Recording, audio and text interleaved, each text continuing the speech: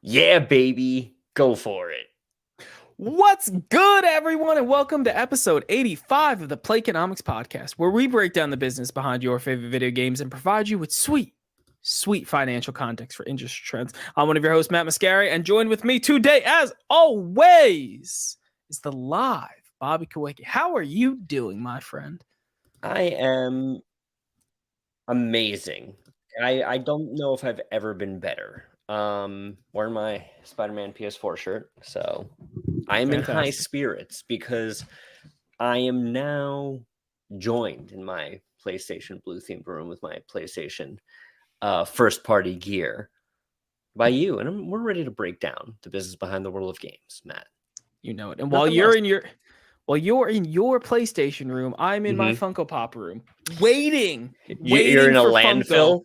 Waiting for Funko to give me all 30 million Funko Pops that they are absolutely throwing into the trash. That is the funniest thing I've ever heard. Like it's objectively sad, right? Like all those toys and whatnot are getting tossed, but like the funniest thing I've ever heard. Like I read that, I thought it was a joke. How big of a warehouse do you think I need to like have 30 million Funko Pops? You could easily calculate the square footage. How big all around is one of those? Is the CPA in the chat? We'll ask the CPA to do it when he comes in the chat. He'll be here eventually. We know it. But Bobby, I don't care about how your week was. I really don't.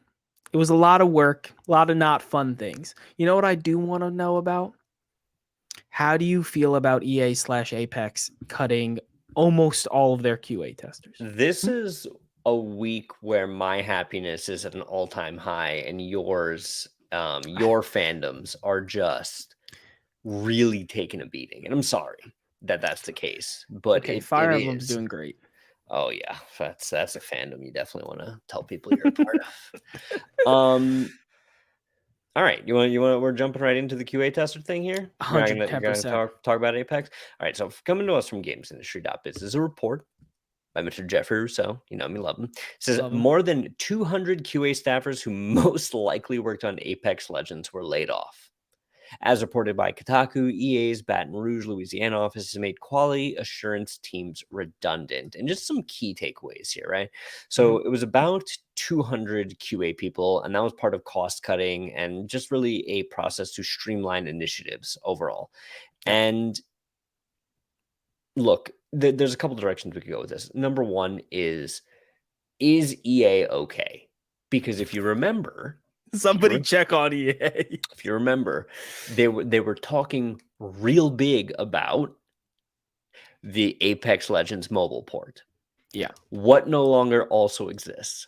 The Apex Legends mobile port, which I would imagine that a lot of their cuts have been around their mobile library, and I wouldn't be surprised if the majority of these QA testers were mobile game testers. My God, can you imagine being a QA tester for a mobile game? Like that, look, you gotta sort of work your way up the ladder, and on your way up, I'm sure you gotta take some shit. But like, my Lord, QA tester alone, like going through and breaking games and all that kind of stuff. But for a mobile game, God bless you. God, listen, you're doing God's work. You're doing God's work.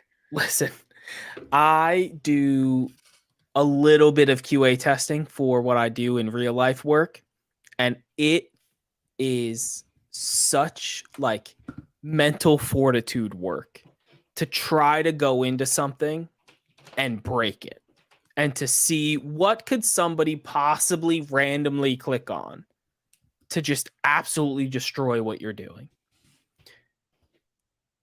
And I just, doing it for the entirety of my work would be a lot. Lots of mental fortitude. But specifically with EA, and these are rumored to mostly be around Apex, I'm assuming the mobile game market, they should have kept some of these QA testers, because Season 16 of Apex launched recently. And in Season 16, they launched a team deathmatch mode, which is very welcome. Big fan. They finally did it. Because Battle Royale is an objectively fad mode that has had its time in the sun for way too long. No. I think the Battle Royale is still going to... Battle Royale is not going anywhere. It should. However, being a first-person shooter, you need team deathmatch. It is a non-negotiable game mode that you need in your game, and Apex finally put it in there. Now, what makes me think that these QA testers could have been used for Apex, specifically this TD or team deathmatch, is that upon the other team quitting, let's say everyone quit, which was happening often. Yeah, just getting griefed. Yes. And then the whole team quits. The winning team didn't win. They had to sit there and wait. Oh my God. I love that for you. So the other teams would literally log in and then quit so the other people couldn't play anymore. And that's how people were griefing somebody. But let me ask you, if you were making a team deathmatch game and you had to then test it, what's one of the first things that you would do? Oh, Jesus. Does the game work? Win condition. Yeah, basics. Under the fundamental condition of winning, not having an opponent being one of those, wouldn't you have tested that ad nauseum? Yes. And on top of that, if you're a longtime listener, know that hold on. What? Hit me. Because EA also launched Battlefield 20 Who Cares without a scoreboard functionality. So I forgot about that. Acting. I forgot about that. So they're not good at winning. Like, they're not good at handling team deathmatch. We understand. But the main draw of Apex Legends and any first-person shooter is the ranked mode, where you compete against people of your own skill level and tell them you're better than them. I was queuing into ranked, playing a game, and then being told that I lost 2.5 to 3,000 rating, which is all of my rating. Maximum you could lose as an Apex Predator, the absolute number one person, is like 400. I was losing 3,000 per match, and then winning games, and receiving 0 rating because of a bug. And everyone else on my squad received correct rating increases. Me? That does my heart good. Does my heart good to hear it. Me, not so much. But the fact that you completely got rid of 200 QA testers, reteach them if they were strictly mobile, and bring them in. No. Hire 200 more QA testers who can QA correctly. Yeah, I'm assuming these were for the mobile games, and they didn't necessarily have anything to do with this. Abysmal. They didn't necessarily have anything to do with these huge bugs. They didn't have anything to do with it. Yes. Hey, but mobile QA tester. Listen, TV. I'm 200 hard, but of the 200 that were let go, you're telling me that not one of them could have been like, boys, we need them to win if the other team's not playing. And again, it goes back to that EA QA pool where it's like, how did that Battlefield thing get through QA? Like, you gotta wonder. And nobody QAing that game was like, there's something like the scoreboard. That like, at least with the winning, I'm sure it is rare enough that it might slip someone's mind that, like, oh, the complete other team leaves. Maybe that slides by. A scoreboard? How do you forget that? How during playtesting you never like, I wonder if I'm winning. Or like, oh, I just killed this person. I wonder if the scoreboard increased. Like, I wonder if I got a kill. It's ridiculous, but, sad to see redundancies happening across the board. Listen, but all those people at Activision Blizzard that wanted to unionize and now they can't because it's getting bought by Microsoft, there seems like there might be some openings at EA. Go ahead. And if there's not additional openings at EA after Apex Legends Season 16 launch, maybe there should be. Maybe just like 1, 2. Whoever was responsible of logging out of the game and seeing if what would happen. There was a if nobody scoreboard. won. There was a scoreboard. Also a scoreboard. Well, as we move on here, unless you have anything else to say, because I can only bear so much Apex Legends talk. Listen, all right. On a high note, Season 16 of Apex Legends has been absolutely phenomenal. How's Horizon? We'll get to how Horizon is, but Apex is great. Apex is great. All right, next topic. Tell me about. Yeah, well, are we moving the topics around here? You want to go? What do you want to do? Now, do the ForSpoken topic because we have a lot to say about ForSpoken. Oh my god. You sure you don't want to go to you sure? Yeah. No, okay. I want you to hold off on the insider trading article for as long as possible. I want it to fester. Tell me about ForSpoken and Luminous Productions, Matt. Luminous Productions is now completely off ForSpoken. ForSpoken's been canceled and they've been reconsolidated back into the parent company of Square Enix so that they are able to work on something that'll make them a profit. Very upset. Have you seen the meme where it's the main character from ForSpoken? She's like, "Did I just shut down a game studio with my mind?" I haven't seen it, but that's hilarious. The answer is yes. But see, me and you are on different camps with ForSpoken because when you saw it, you immediately hated it. I immediately loved it and thought it was going to be a really cool game. The combat looked very smooth. I liked the way they were tossing around the different spells and everything like that. Basically, it looked like it could have the same potential as Hogwarts Legacy, like spell-wise, mechanically-wise, but instead they didn't do it right. Low. When we first saw this gave me Infamous vibes across the board. Yes. Yeah, I definitely see that. And then I was like, if I want to play a good game with snappy writing about a person who controls the elements in an open world that's vibrant and full of side quests, I'll just go play Infamous because it's better. And listen, it very well might be. However, it could have been so good. And I think this brings up a larger conversation that we've talked about a few times on the podcast of it's such a risk for these companies to develop new IP and put so many man hours, so much development time into something like ForSpoken. And then they're like, yep, can it?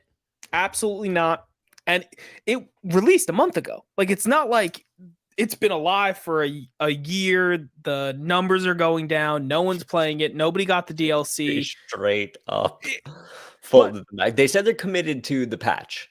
Yes, the DLC patch is coming. No, the patch. Just patch. Okay. Yeah. Thought I had read DLC, but if it's just a patch, that makes more sense. I was like, it makes it no sense for you to release DLC about a dead game. But my thing is, I respect the decision to cut the cord like this.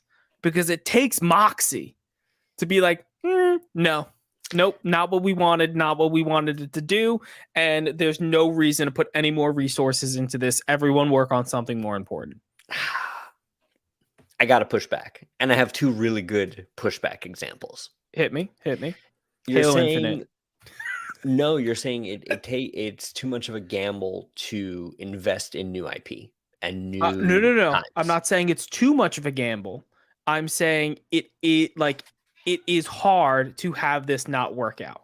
Like, it is a huge gamble to make a new IP because of how much development time. I'm not saying that they're all gambles, and like some IP are they are worth it to make new games like this. Like, if they didn't make new games, we wouldn't have any new games. Yeah, we'd just have tons of sequels. My example I was going to give before you cleared that up, I was like, can you imagine Kojima walking into a room being like, all right, guys, so it's a game and the end of the world where you get a baby strapped to you and you're delivering packages. That's what I'm saying. Or Yes, Death Stranding. I understand. Or the guy who invented BioShock going, all right, so it's not BioShock, but I'll make a BioShock game. Yeah. I understand, but with how quickly ForSpoken just got canned a month after release, it has to be such the level of game that needs to be presented needs to be a Kojima level game for these companies to risk it. And we're seeing all of these sequels, and we're seeing the Spider-Man 2s, the God of War 50 Octopath Traveler. Octopath Traveler 2. We're seeing all of these sequels similar to the way that we saw movies, like we're on the Fast and the Furious 10 now. Oh God, spare me. Because there's so much money involved that you need the IP branding just to break even. And if you were to develop all, like, the amount of money that was spent on ForSpoken just in the toilet, they canned it a month later. But okay, here's my next pushback. Control. Brand new IP. Cost $25 million to make. And is, I would say, similar in its mechanics to ForSpoken. It's open world, right? We got levitating, floaty powers, so relatively similar game engine. Yep. $25 million, absolutely crushed it. Listen, it's about the execution. It's about, listen, you can have two chefs, one really shitty and one really good, both be given the same steak, and one will mess it up, if that makes any sense. No, I agree. It's about the ingredients only go so far, because you gave Control and ForSpoken, to use your example, basically the same ingredients. You got the open world, you got the levitating, but you handed one to a team that spent $25 million and made a good game. And then you handed it to another team and they made ForSpoken and it got cut after a month. So I get where you're coming from. The issue is, how much space is there in the game industry for these to keep coming? Because not every game is going to be a banger. Like, you can't, as a company, there will be some fails. There will be games that don't perform the way that you want them to. And it's just, if I was a game developer and I was looking down the barrel of a third God of War or a completely new IP, you would need to sell me on that IP. Of course, because the God of War is a safe bet. 100%. That's what I'm saying.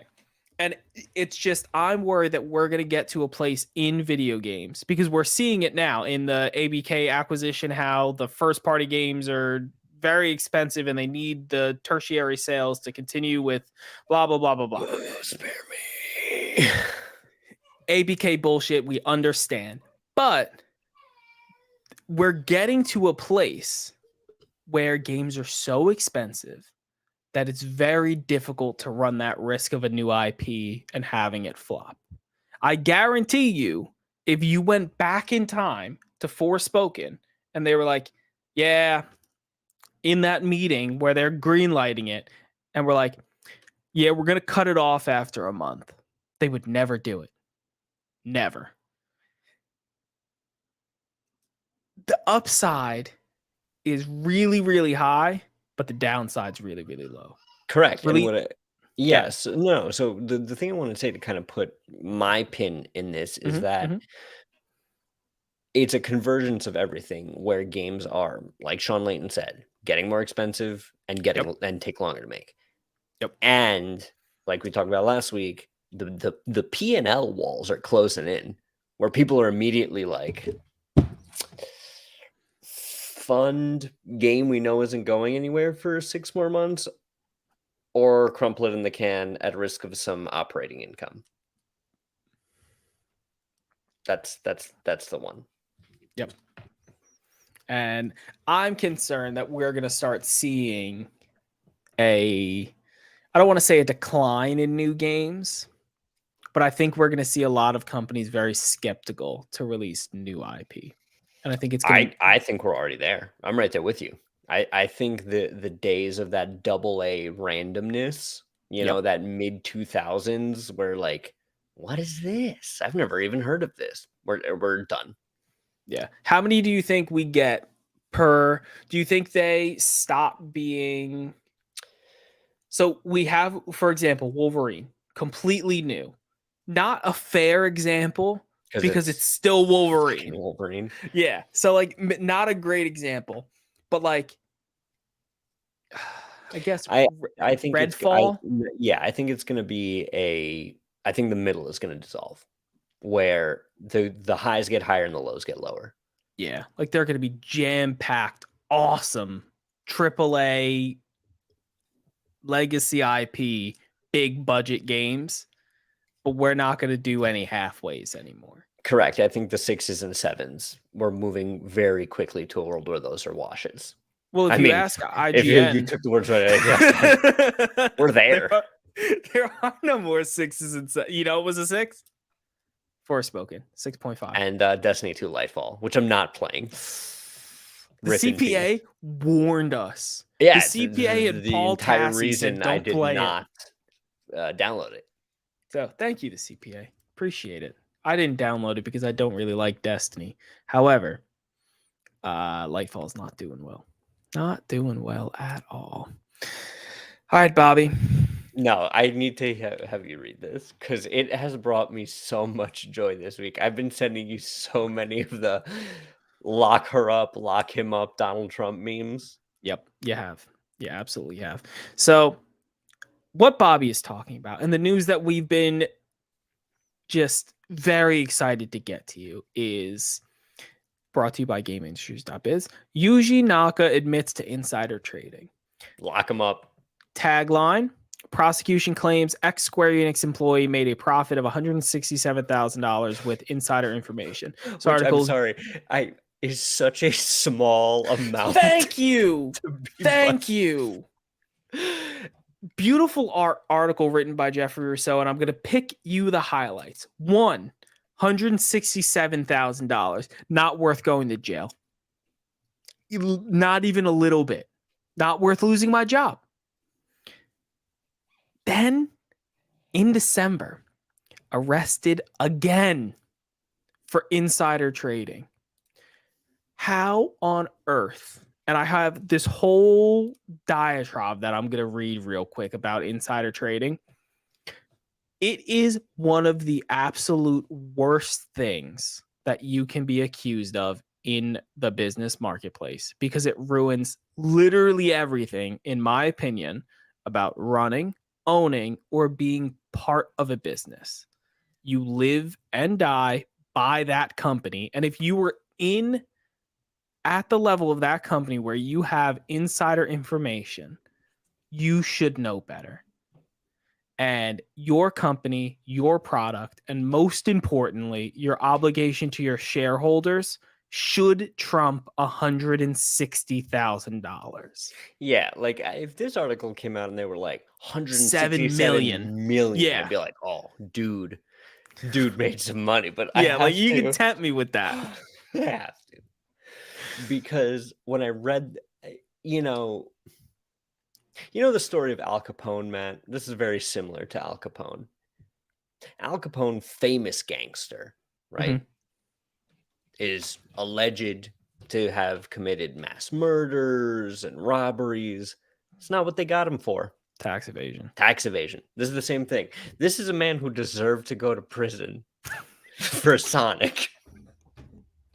I had no idea where you were going with this. On insider trading. Well, the win's a win. But it's a technicality. They got him where they could.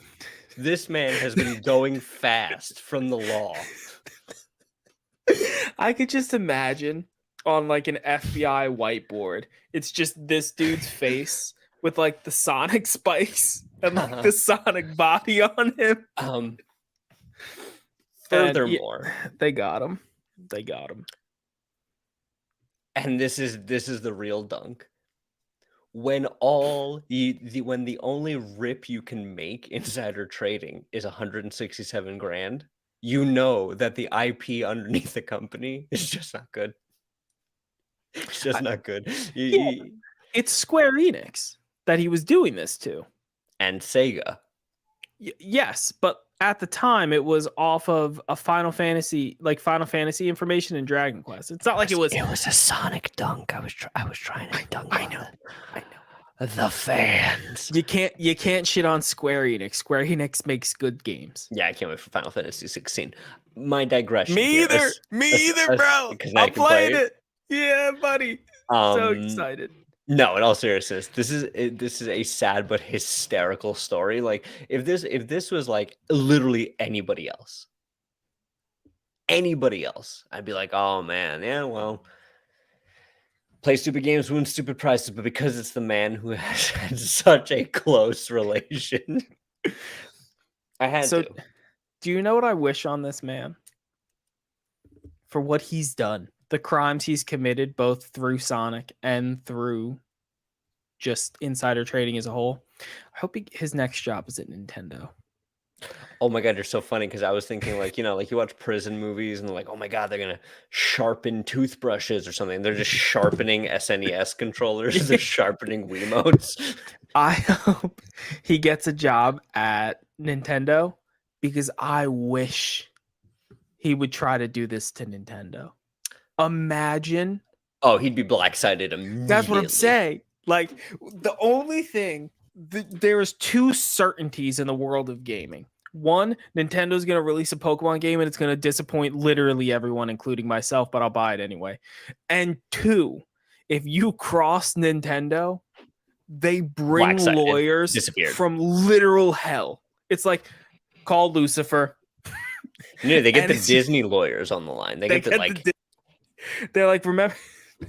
They're like, listen, we put Sora in Smash. Disney lawyers we are the only lawyers that carry guns. They're like, we put Sora in Smash. We did the Mickey Mouse thing. I need Mickey Mouse's lawyer. Disney lawyers are just like Blackwater operatives, but with Mickey Mouse ears. So every time I think about Mickey Mouse, I think about the fact that if there's one thing that South Park got right. Oh, it's their it is the betrayal of Mickey Mouse and Disney.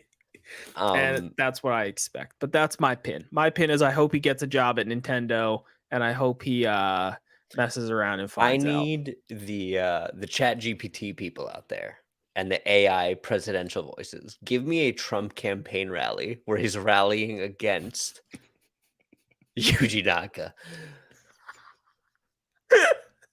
We're gonna lock him up. We're not gonna go fast. Read my list. No going fast.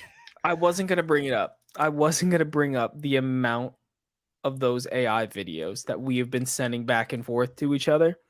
And I know everyone is terrified of AI. It's already here. We already do it. Everything scary that's going to happen with AI has already happened. Don't care about it. What I care about is AI Joe Rogan and Jordan Peterson playing Elden Ring. That was hysterical. They're just curb stomping badges. And Elon Musk is in the back. He's like, guys, we're not going to be able to get the bull goat armor. Could you please guys, not we're kill on him? The same instance. We're on shared loot or some shit. Or when the best one is it's Trump, Biden, and Obama ranking the Zelda games.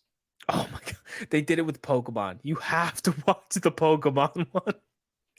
It's the amount of times that Joe Biden gets called a Gen 1er is unbelievable.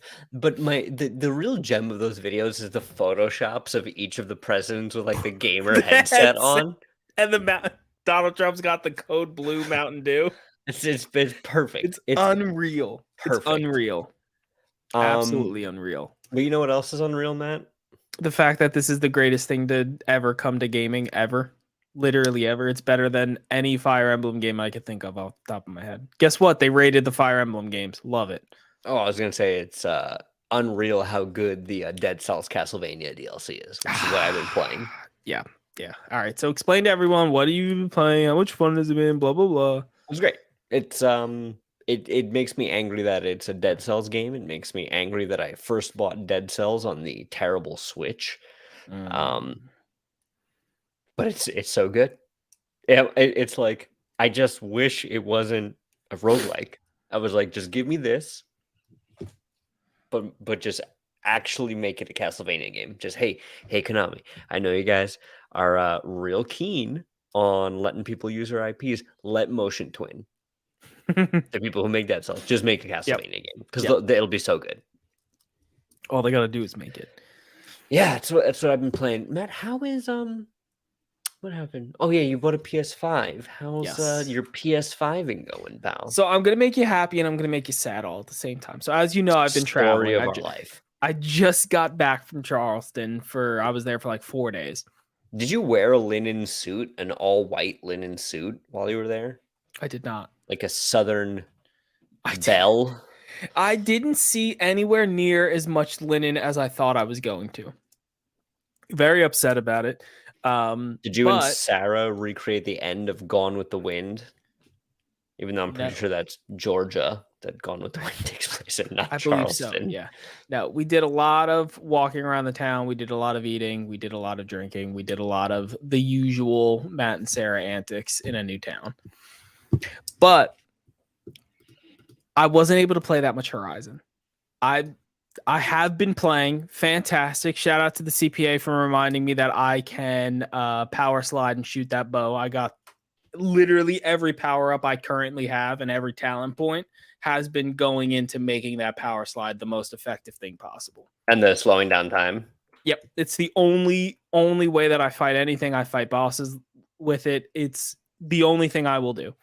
It's going to make I'm assuming that by the end of the game, I will abandon that. But as of right now, there has not been a single enemy that I could not take down with a power slide. Oh, no, that's so OP. Yeah. But I was on a plane for about 5 hours total.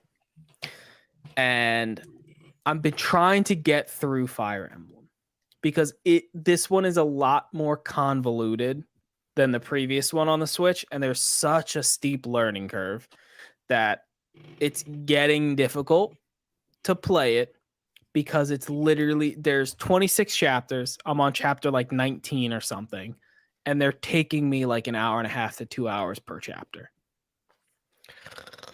And it like in Kill this me to death. Oh my god. 5 hours of being on a plane, I completed 1.5 chapters.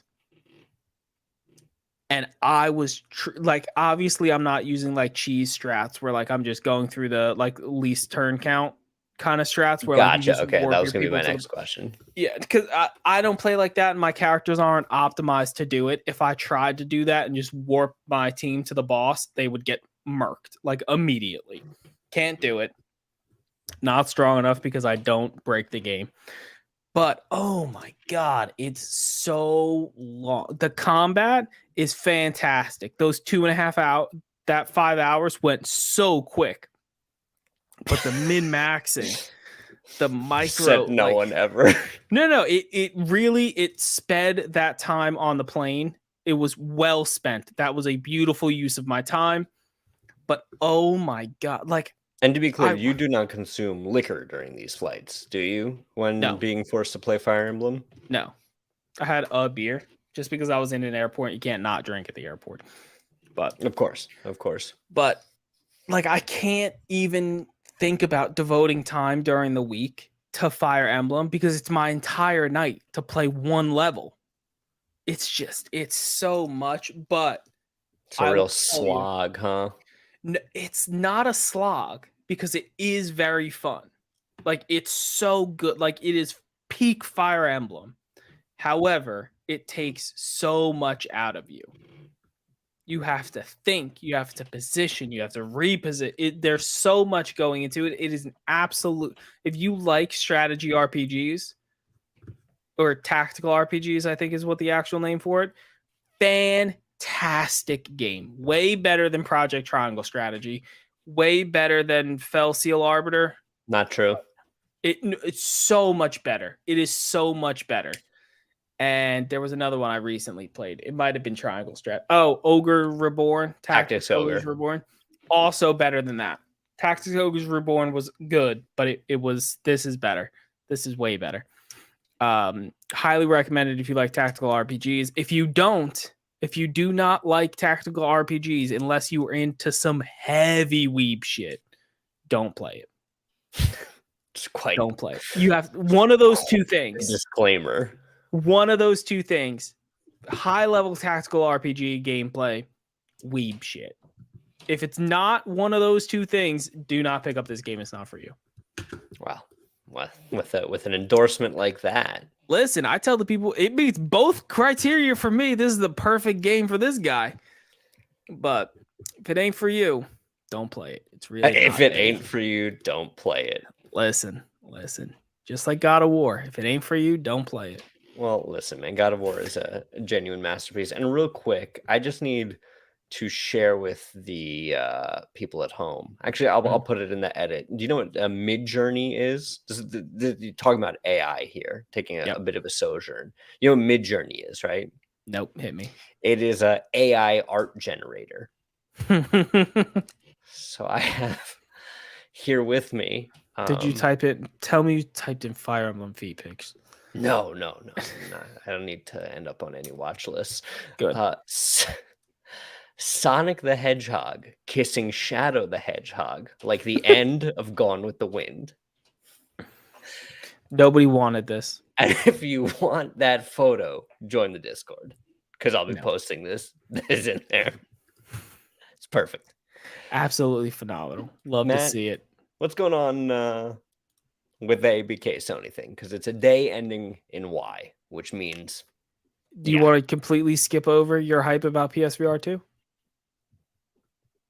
Oh, I forgot we're moving that around. We are now talking about it in its original location. Okay. Oh no, we're not. We were going to end the show with that. So let's end the show with that, because it's a day ending with Y, and we have to discuss the ABK acquisition. Okay. I have a lot of thoughts about the ABK acquisition. One, this is going to happen. No, it's not. Yes. Oh, no. This is so butthurt when I'm telling you right now, not going to happen. My 2023 tech predictions are this deal doesn't go through and TikTok gets banned. TikTok getting... Maybe. I don't think so. I think it's going to need... Because they already did the... people under 18 can only use it for like an hour now. Or something like that. But... One takeaway I saw from this article is this is 100% going to happen. There is no doubt that you can cast in my mind that this can happen. And I'm going to bring to you some things that I got from this article. One, these are actions that have either been requested, by Sony to get thrown out, and whether or not they have been accepted or denied. One, and these are only the key ones. One, requests to withhold content licensing agreements denied in part. So the fact that they were trying to get these completely dismissed is ridiculous. But there's no shot this was ever going to be fully denied. And I am upset that the scope of them having to disclose their licensing agreements only goes to 2019, because I wholeheartedly believe that if you were to look at the period between 2012 and 2016, you would see a ton of licensing agreements specifically aimed at taking players away from Xbox, 100% aimed at Call of Duty moving to being having some type of exclusivity deal with PlayStation. And the fact that it's only 2019 is a little bit of an upset, but I still think we're going to see very, very exclusive branding deals. Okay, so are you firm in your 2012 to 2016? Because that's the time frame I'm going to challenge you on. What do you mean? Is that what you're saying when the licensing shenanigans was most prevalent? I'm not saying they were most prevalent, but I would say that's where Where are you saying it is then? I would say probably before that, because 12 to 16 that's PS4 heyday. 12 is right before PS4 launch. 16 is right after PS4 launch. And launch window, we got Bloodborne, Horizon, God of War 2018. The hell is that other one called? Resogun. All Sony first party stuff. I was basing mine off the Call of Duty releases. And so these are marketing exclusive. Yes. Yeah. Okay. Marketing exclusivity, not exclusive drops like Bloodborne and things like that. So these are marketing pushes specifically focused around Call of Duty to get exclusive beta testing and exclusive, not content, but marketing deals with Call of Duty. Mm-hmm. And every time you're watching TV, you would see the splash screen behind it was PlayStation. Yes. But I would argue that 360 PS3 was a fair fight. In consoles were generally, some people had Xbox, some people had PS3. Because of what they did in 2012 through 2016, PS4 and the Xbox One's performances in itself, PS4 clobbered the Xbox. The poop box, as some call it during the generation. I don't think, Sony did not have the competitive edge it once did during the PS3 era, and it reclaimed it by these marketing deals for the PS4 era, and then they doubled down on also releasing good games, which is less important, obviously. Okay, so bring that and tie it into today. They're only allowed to pull from 2019, and the 2019 marketing and exclusivity deals are already based on PlayStation having and controlling a lot of the video game market. And you will see a lot less aggression now than you would have seen while it was trying to reclaim its heyday. And I think you would have gotten a lot more relevant information based on this investigation, specifically regarding Call of Duty, if you had targeted 2012 to 2016. That's actually a fair point. But I understand it being so far.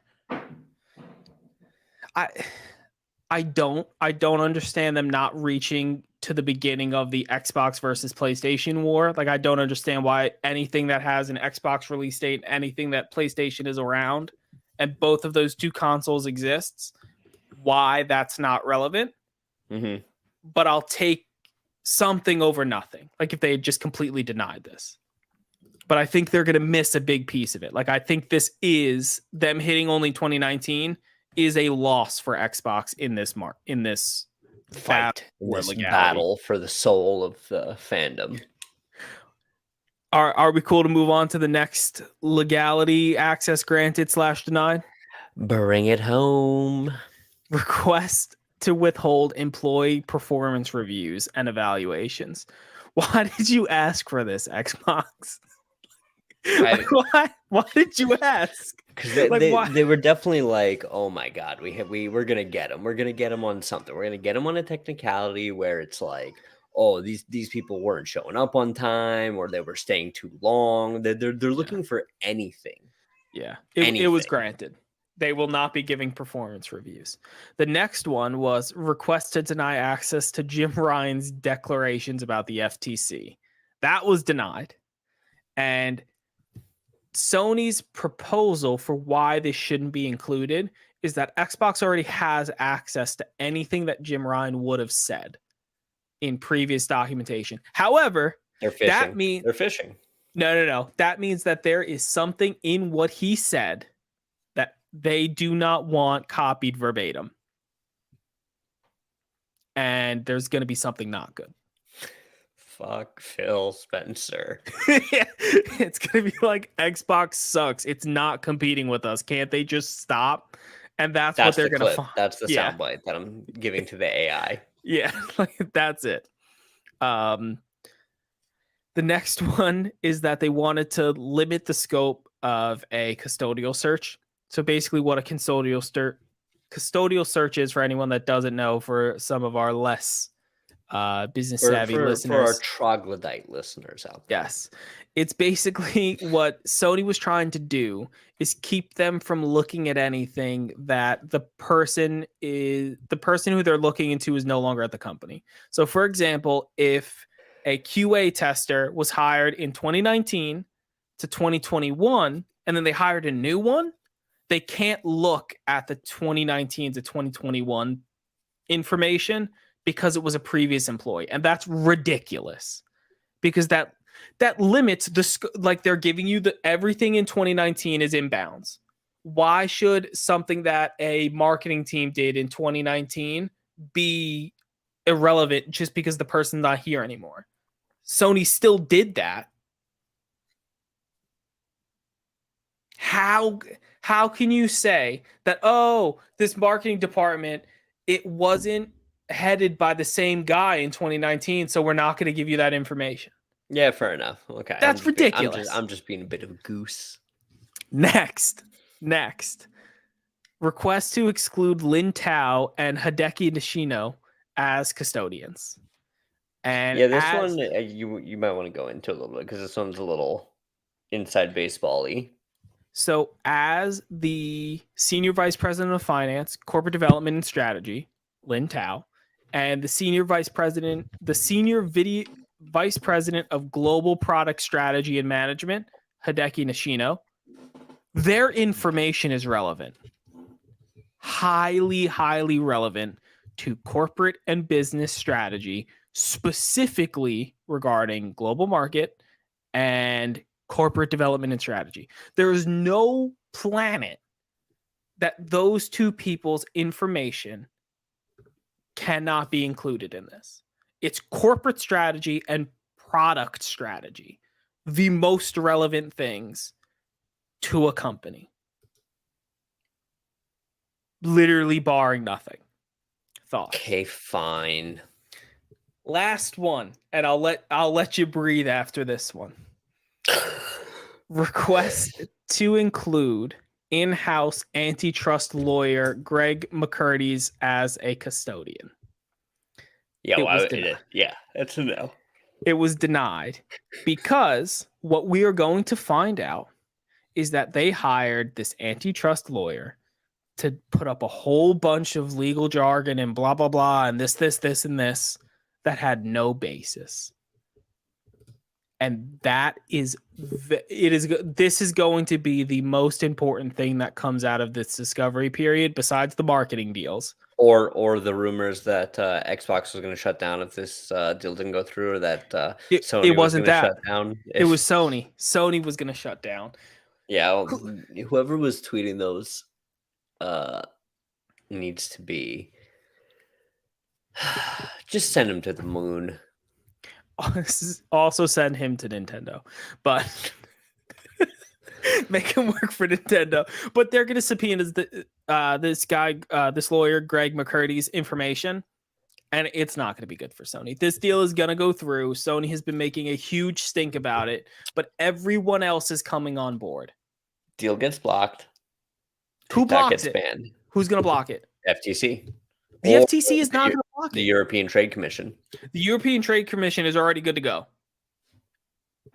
Matt, that was the Belgian Trade Commission. The British one. The British one is still, the jury's still out.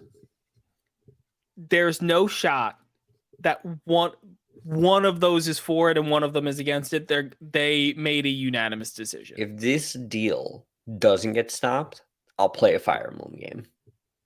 Do I get to pick it? Yes. All right. What do I have to do if the deal gets stopped? Not play anything else until you finish that list of Sony first parties. Come on, man. No, that is such a different time commitment. We're talking about 1 30-hour Last game. of Us 1 and 2. Okay, that's fair. I'll make that deal. When is this has to be done by August. So it's not going to happen. So it's going to happen. In the twilight days of summer, you'll be knifing some clickers. Yep, you better believe that. But as we round out the show, Bobby, talk to me about PSVR 2.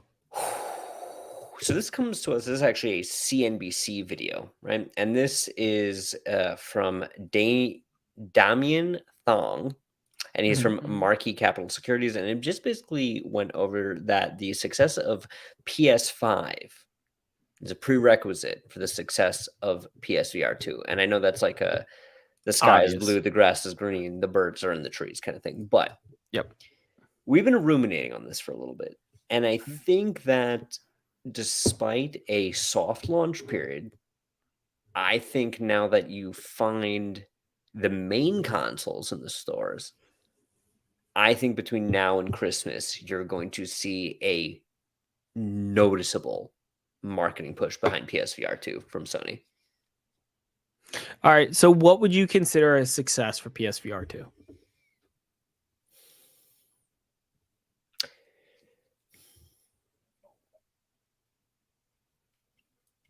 It's an interesting question because I'm trying to figure out if I want to give it to you in numbers, if I wanted to give it to you in adoption rate.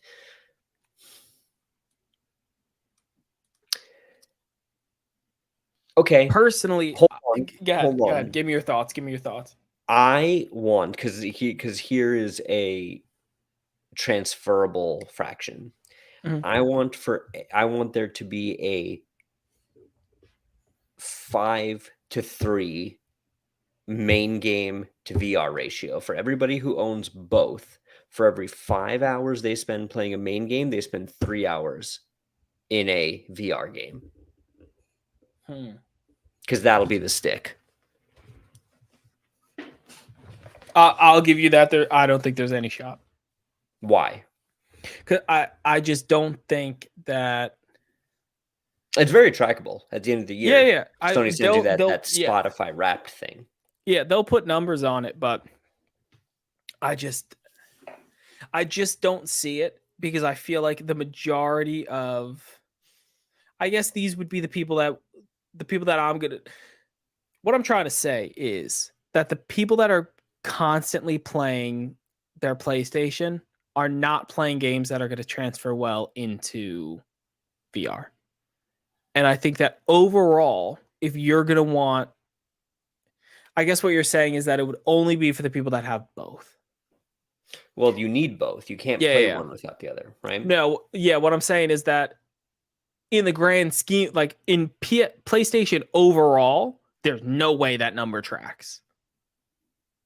But if we're only talking about the people that have both, not the greater PlayStation ecosystem, are for every 5 hours someone's playing their PlayStation, 3 hours are being played on a PSVR 2. If we're talking specifically someone that has both of these objects, it's 60% of your time.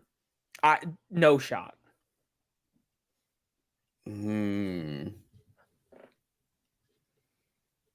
I think you're looking more at a 5-1 because I think you're going to get very front heavy amounts, and then that's it. Here is my thing, and I'll give you the base fraction. Resident Evil 8, a game I've played, 12-hour campaign, 5 hours is almost halfway through. I will see 60% of that 5 hours in PSVR 2 just as a novelty because it's a free upgrade. Gran Turismo 7, a racing game that I would spend 0 hours in traditionally. I guarantee you I'd spend 3 hours cumulatively for every 5 hours I would have spent in normal playtime in VR because that's awesome. Hold on. Stick with me here. For the 5 hours that I'd spend in Horizon Forbidden West, I'd spend 3 hours in Horizon Call of the Mountain and then get hooked and want to know more about Horizon Forbidden West. No way. All right, so let's do, instead of playtime hours, because I can't, yes, you could quantify them, but I don't think those are going to come anywhere near what you're thinking. Let me get your feedback. Fraction wise, hit me with a fraction. games purchased on PlayStation versus games versus on PS5, PSVR 2. How many games do I have as a gamer that strictly play on my PS5 versus how many are played on PSVR 2?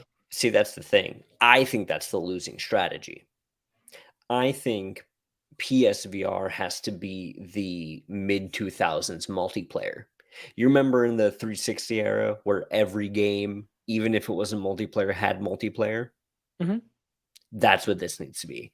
Every game needs to have some type of something that is VR, right? So stick with me. Yeah. In the whether it's a separate bundle, whether it's an upsell, right? Because I think that a fantastic, now that I'm saying this out loud, right? Like you could have your big AAA releases like Horizon Call of the Mountain. But then I think to smaller things like back on PS4, there was the Batman Arkham like experience where you're walking through like the Batcave, and it was very much an experience. It wasn't a game. Bro, give me that as a $10 upgrade to Suicide Squad. Who cares? I bought it. I put on the VR headset. It was awesome. Have it build the ecosystem where you almost need one to get a non-material part of the other. I don't know if I'm No, saying I this get what you're right. saying. It's almost like a thank you for owning the PSVR 2. Yes. The only reason, and I agree, I think that would ideally be the way that I would handle it. It is too expensive for that, and I don't think you're going to get enough people in the door with Okay, so experiences. this is where we get a little between the lines. It's too expensive. Well, that's relative compared to what is it worth to you. What is PSVR worth to Sony? Well, considering it's the second one, considering they've put a lot of time and a lot of effort to cornering this sector of the market, I would argue that it's not a flight of fancy, that this is a pillar product for them. And in pillar products, you invest time, you invest capital, right? Yes, I still think that this isn't there. I don't think the PSVR 2 is the iteration of VR that they want yet. Well, okay, we've been talking numbers here. So let me pull up the formula. Vamp for 2 seconds. So the reason why I think that PSVR 2 isn't where Sony wants VR yet is I think they still have a threshold of two criterias. One, it needs to be an identical experience No, to what you're getting with a console. And two, it needs to get rid of that cord. wrong, Those are the wrong. ideal scenarios. But they can't be both. The cord gives you the 4K, the OLED, the high refresh. I know, but what I'm saying is, yes, currently it is impossible. I understand that, but that's like saying like a GameCube could never give you what a Xbox Series X can. Obviously not. It's not there yet. I'm not asking for it from a GameCube. I'm saying that this is not the ideal state for PlayStation for their VR program. They're setting the groundwork for when it is. They are the premium place to play VR. I think this is a future play, not a like. I really don't think they care what happens to this product. Obviously, everyone wants it to boom and do well. I don't think they care. I think they just want to continue to prove that they can put out if not one of the best places to play VR, so that when it is the premier way to enjoy video games as a medium, you'll play a PlayStation. And it's gonna be. I'm sure. So here is going to be the success metric, which was the success metric for the PS4. And I'm assuming with the success metric now that supply lines for the PS5. And this is like a not noble idea, right? Do you know what CAC is? Mhm. Cost to acquire customer, right? It's 3 to 1. You should have a 3 to 1 cost to acquire customer ratio. That you think it'll hit it? Yeah. Yeah, man. And that's not the Sony fanboy. I just think because short of Facebook, who's going to challenge them? I don't think it's a matter of challenging. I would say I think the product itself is too niche. Like, I don't think this isn't a competition. Like, it is because there are other products. But I don't think the real issue for Sony on this is how do we get this into people's hands over this other product? This is how do we get this into people's hands? They have to pay more than the console to play a product that requires the console. You're doubling your PlayStation. Like, you have to double your investment onto PlayStation just to play it. That's without any games. Look, you've made some excellent points here today, Matt. Don't know if I believe any of them. Time will tell. Listen, I hope I'm wrong. I hope I get the premier way to play God of War is VR this generation. I would love that. I would buy it. No, you wouldn't. Stop. Yes, I would. 100%. If you could make me wield that dude's axe and yeet that thing across, I would buy it. The amount of broken TVs across America. I would strongly consider it. It just isn't there yet for me, and the price point is certainly not there yet for me. Okay, fine, fair enough. Matt, it's better than my original take of VR is unsustainable. Much more eloquent. Much more eloquent. Much more. Tell them where to find us. If you guys like what you hear and you want to hear more of it, make sure to leave us a good review on Apple Podcasts, Spotify, wherever you consume this podcast goodness. Like us on YouTube. Leave us a comment down below if you think is PSVR just a fad or the hottest new thing on the market. Follow us on the Discord, QR code on screen. And until